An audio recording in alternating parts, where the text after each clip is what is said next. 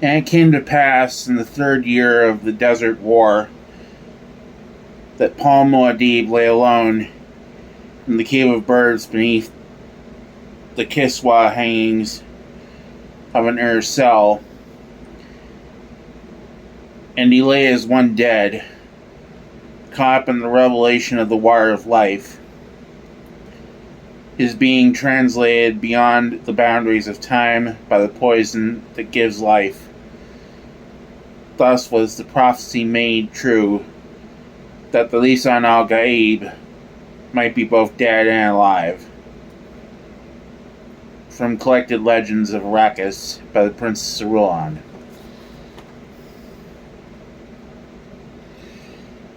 Chani came up out of the Habanya basin in the pre-dawn darkness, hearing the thopter that had brought her from the south, though were whirring off to a hiding place in the vastness. Around her, the escort kept its distance, fanning out into the rocks of the ridge to probe for dangers, and giving the maid of Muad'Dib, the mother of his firstborn, the thing she had requested, a moment to walk alone. Why did he summon me? She asked herself. He told me before that I must remain in the south with Lil Leto and Alia. She gathered her robe and leaped lightly across a barrier rock and onto the climbing path that only the desert train could recognize in the darkness. Pebbles slithered underfoot, and she danced across them without considering the nimbleness required. The climb was exhilarating, easing the fears that fermented in her because of her escort's silent withdrawal.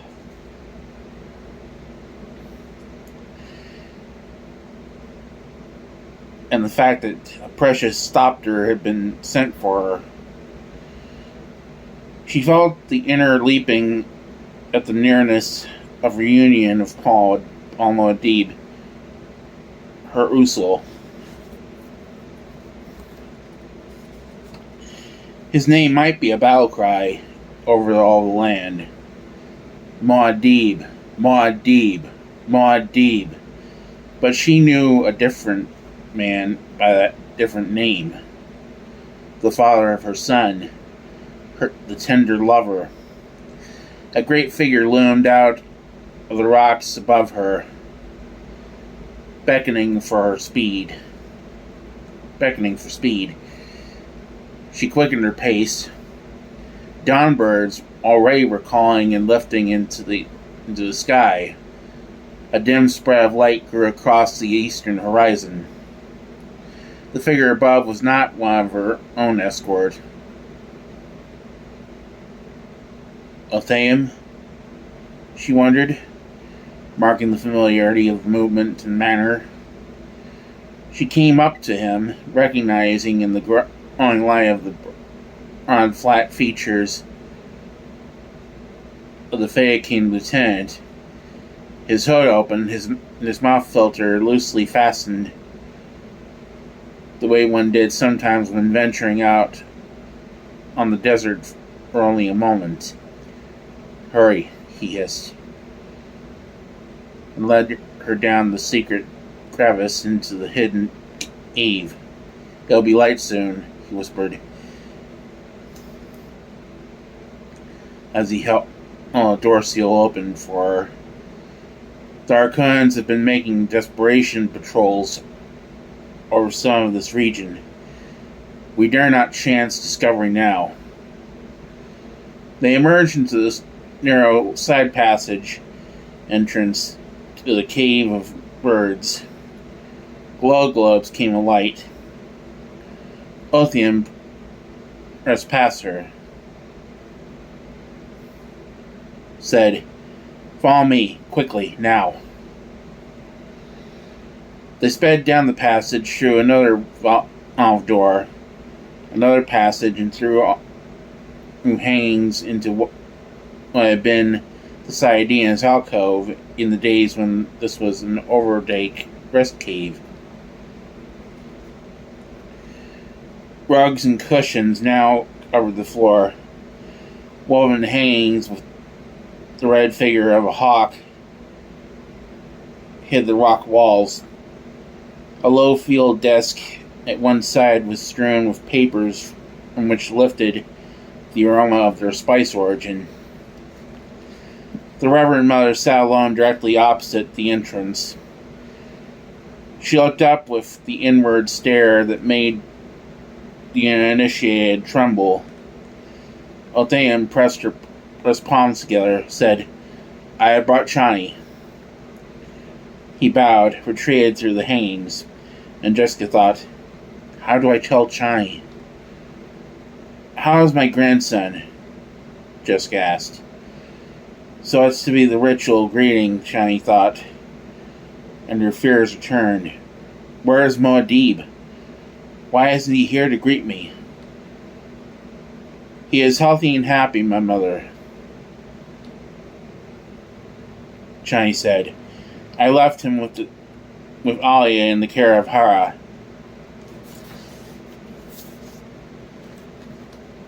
My mother, Jessica thought. Yes. She has the right to call me that in the formal greeting. He has given me a grandson. I hear a gift of cloth has been sent from Onuasich, Jessica said. It is lovely cloth, Chani said. Does Alia send a message? No message, but the siege moves more smoothly now that the people are beginning to accept the miracle of her status. Why has she dragged this out so? Chani wondered. Something was so urgent that he sent a copter for me. Now we drag through the formalities. We must have some of the new cloth cut into garments for little Leto, Jessica said. Whatever you wish, Mother. My mother, Chani said. She lowered her gaze. Is there news of battle? She held her face expressionless that Jessica might not see the betrayal that this was a question about Paul Muad'Dib. New victories, Jessica said. Urbana sent cautious overtures about a truce. His messengers have been returned without their water. Urbana has even lightened the burdens of the people in some of the sink villages, but he is too late. The people know he does it out of fear of us. Thus it goes as Muad'Dib said, Chani said. She stared at Jessica, trying to keep her fears to herself. I have spoken his name, but she has not responded. One cannot see an emotion in that glazed stone she calls a face, but she is too frozen. Why is she so still? What has happened to my Usul? I wish we were in the south, Jessica said. The oases were so beautiful when we left.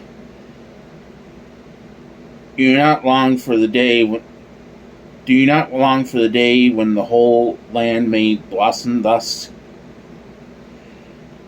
The land is beautiful, true, Chani said, but there is much grief in it. Grief is the price of victory, Jessica said. Is she preparing me for grief? Chani asked herself. She said, there are so many women without men. There was jealousy when it was learned that I had been summoned north. I summoned you, Jessica said. Chani felt her heart hammering. She wanted to clap her hands to her ears, fearful of what they might hear. Still, she kept her voice even. The message was signed Muad'Dib. I signed it thus, in the presence of his lieutenant, Jessica said. It was a subterfuge of necessity, and Jessica thought, this is a brave woman, my Pauls. She holds to the niceties even when fear is almost overwhelming her. Yes, she may be the one we need now. Only the slightest tone of resignation crept into Chani's voice as she said, now you may say the thing that must be said. You were needed here to help me revive Paul, Jessica said, and she thought, there. I said it in the precisely correct way. Revive. Thus she knows Paul is alive and knows there is peril all in the same word. Chani took only a moment to calm herself. Then, what is it I may do? She wanted to leap at Jessica, shake her, and scream, take me to him! But she waited silently for the answer. I suspect, Jessica said, that the Harkonnens have managed to send an agent among us to poison Paul. It's the only explanation that seems fit.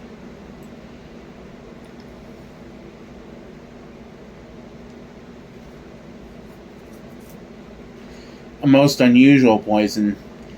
I've examined his blood in the most subtle way without detecting it. Chani thrust herself forward onto her knees. Poison? Is he in pain? Could I? He is unconscious, Jessica said.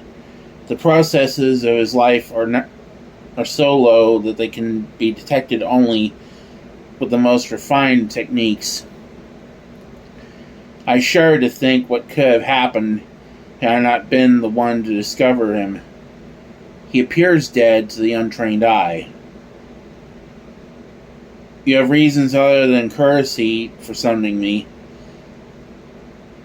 Chani said. I know you, Reverend Mother. What is it you think I may do that you cannot do? She is brave, lovely, and so perceptive, Jessica thought. She'd have made a fine Bene Gesserit. Chani, Jessica said, you may find this difficult to believe, but I do not know how precisely why I sent for you. It was an instinct, a basic intuition. The thought came unbidden. Send for Chani. For the first time, Chani saw the sadness in Jessica's expression. She unveiled pain, modifying the inward stare. I've done all I know to do, Jessica said. That's all. It's so far beyond what is usually supposed as all that you would find difficulty in imagining it. Yet, I failed.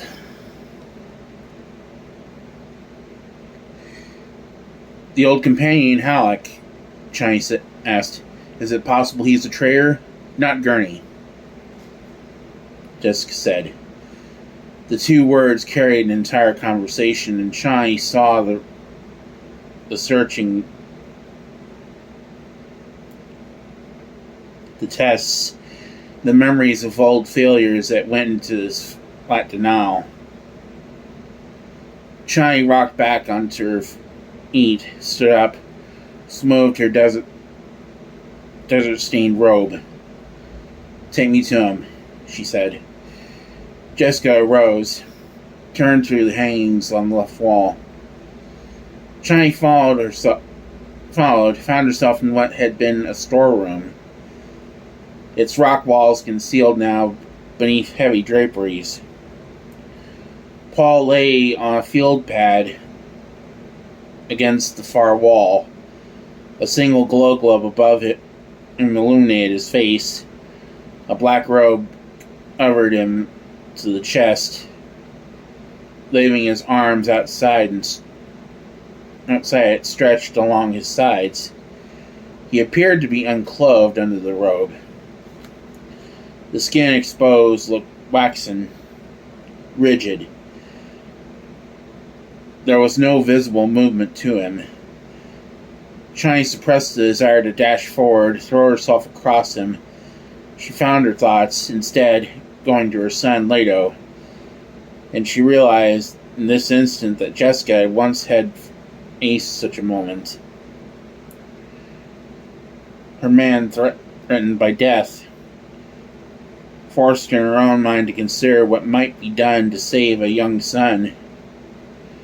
The realization formed a sudden bond with the older woman, so that Chani reached out and clasped Jessica's hand. The answering grip was painful in its intensity. "He lives," Jessica said. "I assure you he lives. But the thread of his life is so thin, it could easily escape detection.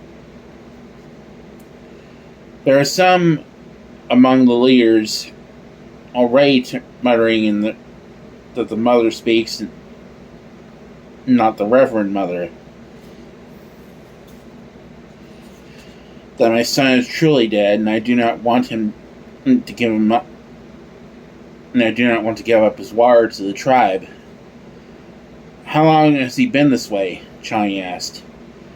She disengaged her hand from Jessica's, moved farther into the room.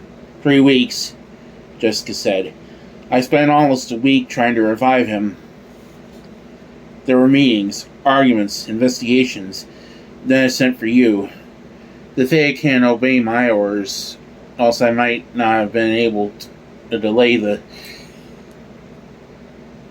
She wet her lips with her tongue, watching Chani cross to Paul.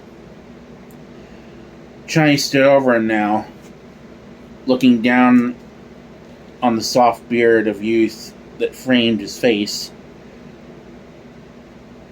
tracing with her eyes the high brow line, the strong nose, the shuttered eyes,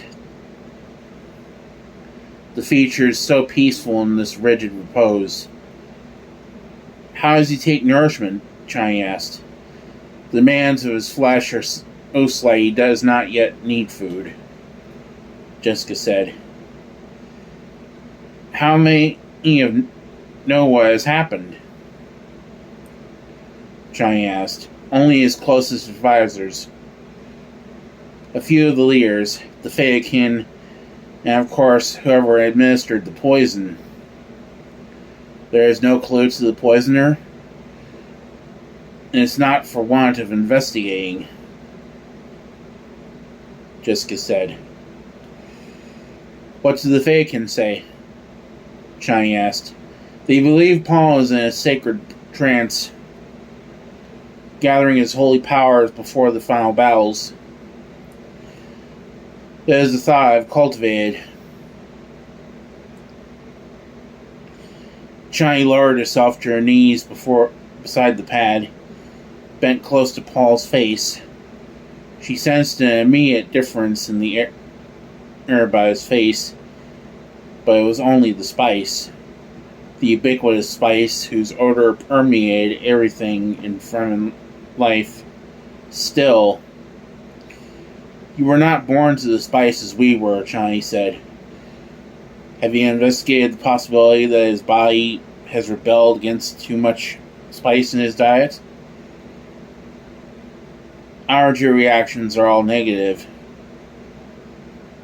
Jessica said. She closed her eyes, as much to blot out this scene as because of sudden realization of fatigue. "How long have I been without sleep?" she asked herself. "Too long." When you change the water of life, Chani said, you do it within yourself by the inward awareness. Have you used this awareness to test his blood? Normal Fremen blood, Jessica said, completely adapted to the diet and the life here.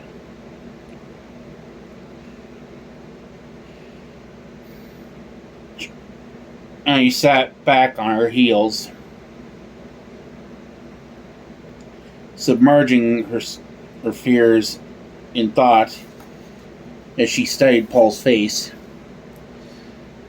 This was a trick she had learned from watching the Reverend Mothers.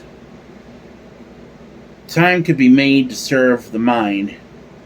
One concentrated the entire attention. Presently, Chani said, is there a maker here? There are several, Jessica said with a touch of weariness. We are never without them these days. Each victory requires its blessing. Each ceremony must be before a raid. But Paul Muad'Dib has held himself aloof from these ceremonies, Chani said. Jessica nodded to herself, remembering her son's ambivalent feelings toward spice, drug, and the prescient awareness it precipitated. How do you know this? Jessica asked. It is spoken. Too much is spoken, Jessica said bitterly. Get me the raw wire of the maker, Chani said. Jessica stiffened at the tone of command in Chani's voice, then observed the intense concentration in the younger woman and said, at once.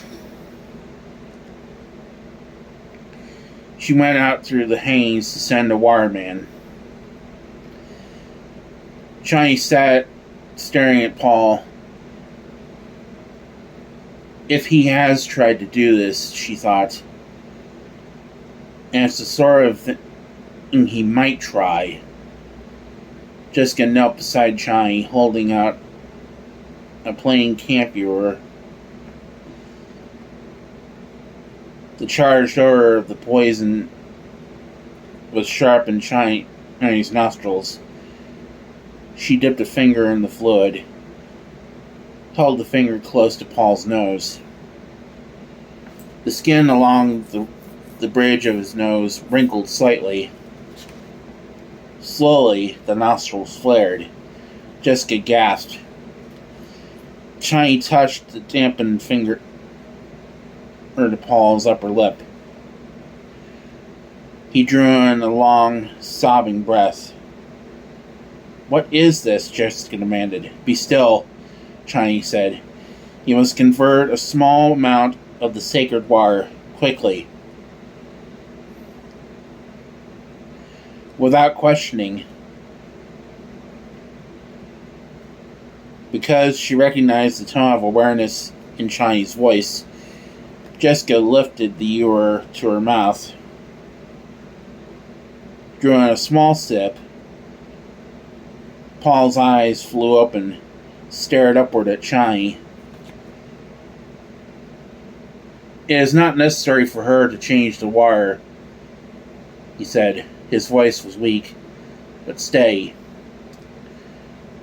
Jessica, a sip of the fluid on her tongue, found her body rallying, converting the poison almost automatically.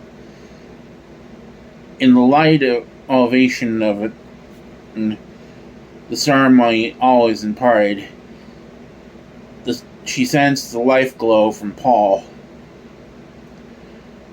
A radiation there, registering our senses. In that instant, she knew. You drank the sacred water, she blurred. One drop of it, Paul said. So small. One drop. How could you do such a foolish thing? She demanded. He is your son, Chani said. Jessica glared at her. A rare smile, warm and full of understanding, touched Paul's lips. Here, my beloved, he said. Listen to her, mother. She knows. A thing that others can do, he must do, Chani said. When I had the drop in my mouth, when I felt it, smelt it, when I knew what it was doing to me, then I knew I could do the thing that you have done, he said. Your Bene Gesserit proctors speak of the Kwisatz Haderach, but they cannot begin to guess the many places I have been. In the few minutes he broke off, looking at Chani with a puzzled frown. Chani, how'd you get here? You're supposed to be... Why are you here? He tried to push himself onto his elbows. Chani pressed him back gently. Please, my Usul, she said. I feel so weak, he said. His gaze darted around the room. How long have I been here? You've been here 3 weeks in a coma so deep that the spark of life seemed to have fled, Jessica said. But I took it just a moment ago, and a moment for you. 3 weeks of fear for me, Jessica said. It was only one drop, but I converted it. Paul said. I changed the water of life. And before Chani or Jessica could stop him, he dipped his hand into the ewer they had placed on the floor beside him, and he brought the dripping hand to his mouth, swallowed the palm cup liquid. Paul! Jessica screamed. He grabbed her hand, faced her with a death's head grin, and he sent his awareness surging over her. The rapport was not as tender, not as sharing, not as encompassing as it had been with Alia and with the old Reverend Mother in the cavern, but it was a rapport. A sense sharing of the entire being. It shook her, weakened her, and she cowered her in mind, fearful of him. Aloud, he said, You speak of a place where you cannot enter. This place which the Reverend Mother cannot face. Show it to me. She shook her head, terrified by the very thought. Show it to me, he commanded. No! But she could not escape him. Bludgeoned by the terrible force of him, she closed her eyes and focused inward. The direction that is dark. Paul's consciousness flowed through her and around her and into the darkness. She glimpsed the place dimly before her mind linked itself away from the terror. Without knowing why, her whole being trembled at what she had seen. A region where the wind blew and sparks glared. Where rings of light expanded and contracted. Where rows of tumescent white shapes flowed over and under and around the lights, driven by darkness and wind out of nowhere. Presently, she opened her eyes, saw Paul staring up at her. He still held her hand, but the terrible rapport was gone. She quieted her in her trembling. Paul released her hand. It was as though some crutch had been removed. She staggered up and back. Would have fallen had not Chani jumped to support her. "Reverend Mother," Chani said, "what's wrong?" "Tired," Jessica whispered. "So tired." "Here," Chani said. "Sit here." She helped Jessica into a cushion against the wall. The strong young arms felt so good to Jessica. She clung to Chani. "He has, in truth, seen the war of life?" Chani asked. She disengaged herself from Jessica's grip. "He has seen," Jessica whispered. Her mind still rolled and surged from the contact. It was like stepping to solid land after weeks on a heaving sea. She sensed the old Reverend Mother within her, and all the others awakened and questioning. What was that? What happened? Where was that place?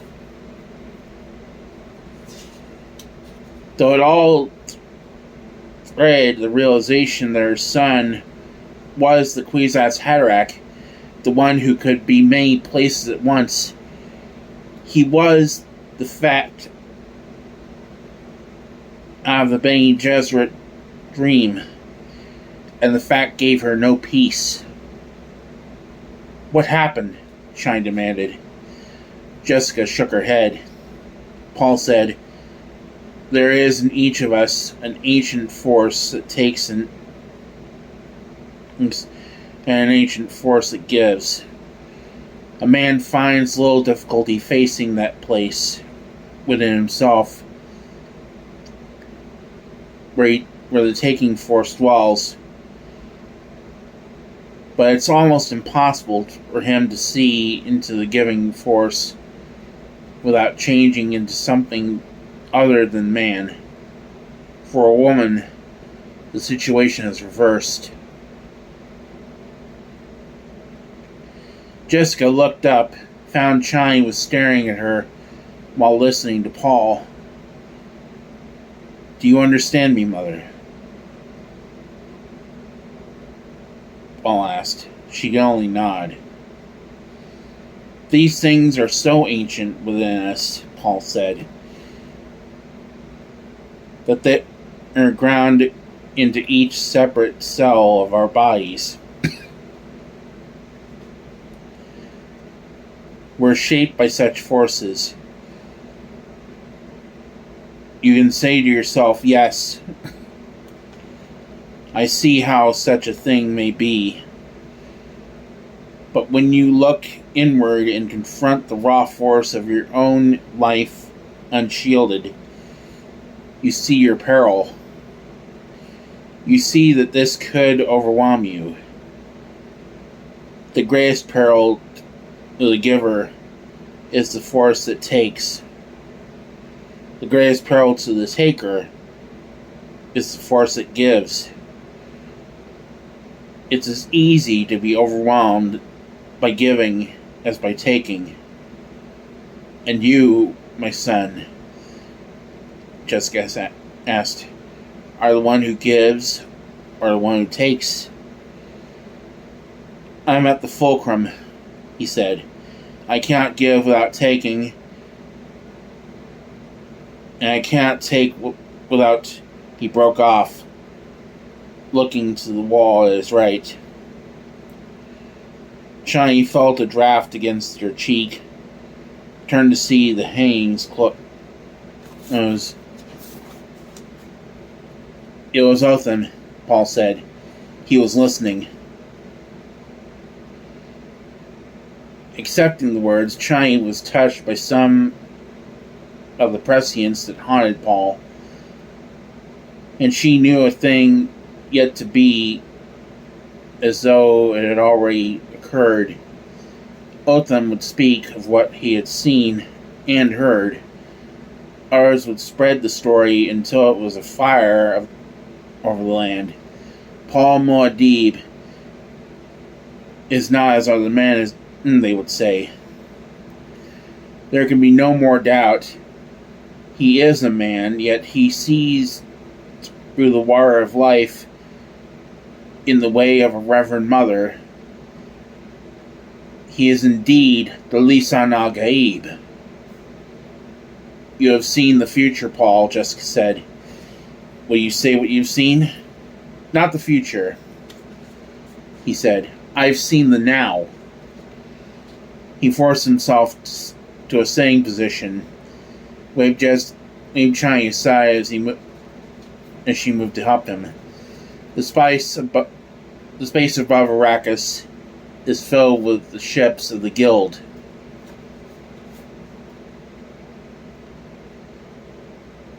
Jessica trembled at the certainty in his voice. The Padasha Emperor himself is there, Paul said. He looked at the rock ceiling of his cell, with his favorite truthsayer and 5 legions of Sarkar.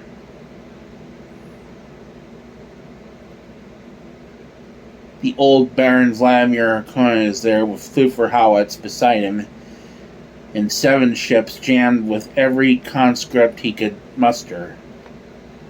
Every great house has its raiders above us, waiting. Chani shook her head, unable to look away from Paul. His strangeness, the flat tone of voice, the way he looked through her, filled her with awe. Jessica tried to swallow in a dry throat, said, "For what are they waiting?" Paul looked at her. For the Guild's permission to land. The Guild will strand on Arrakis any force that lands without permission.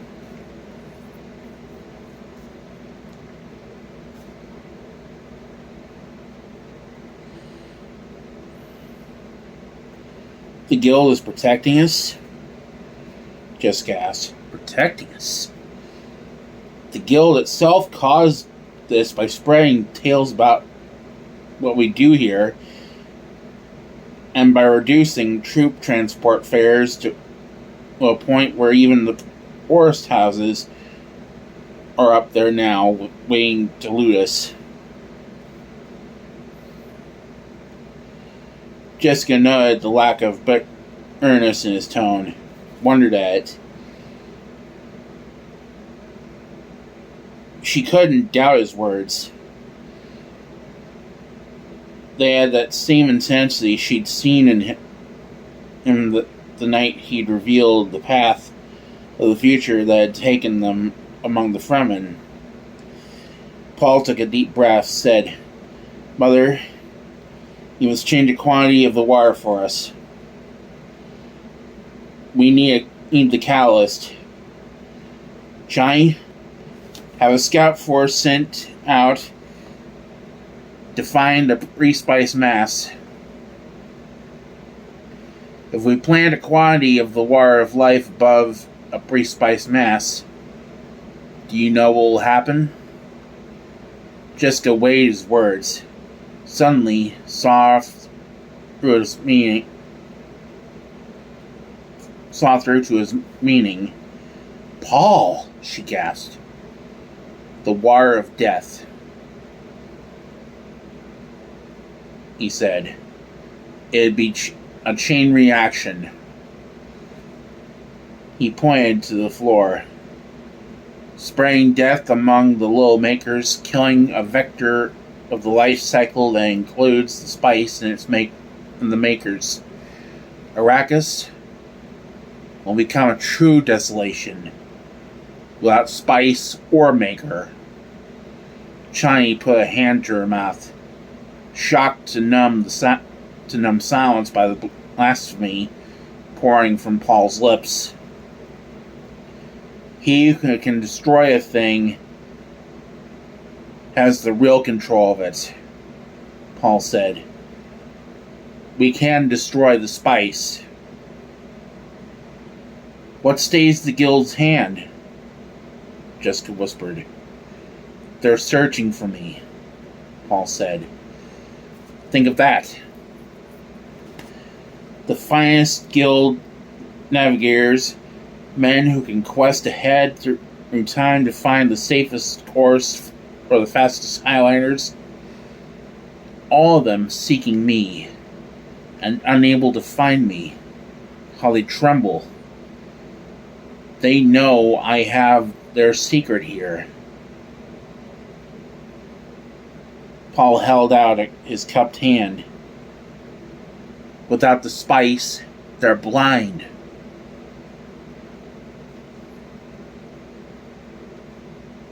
Chani found her voice.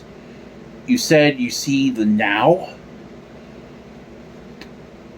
All lay back, searching the spread out present. Its limits extended into the future and into the past, holding on to the awareness with difficulty as the spice illumination began to fade. Go do as I commanded, he said. The future is becoming as muddled for the guild as is for me. The lines of vision are narrowing. Everything focuses here where the spice is, where they've dared not interfere before, because to interfere was to lose what they must have. But now they're desperate. All paths lead into darkness.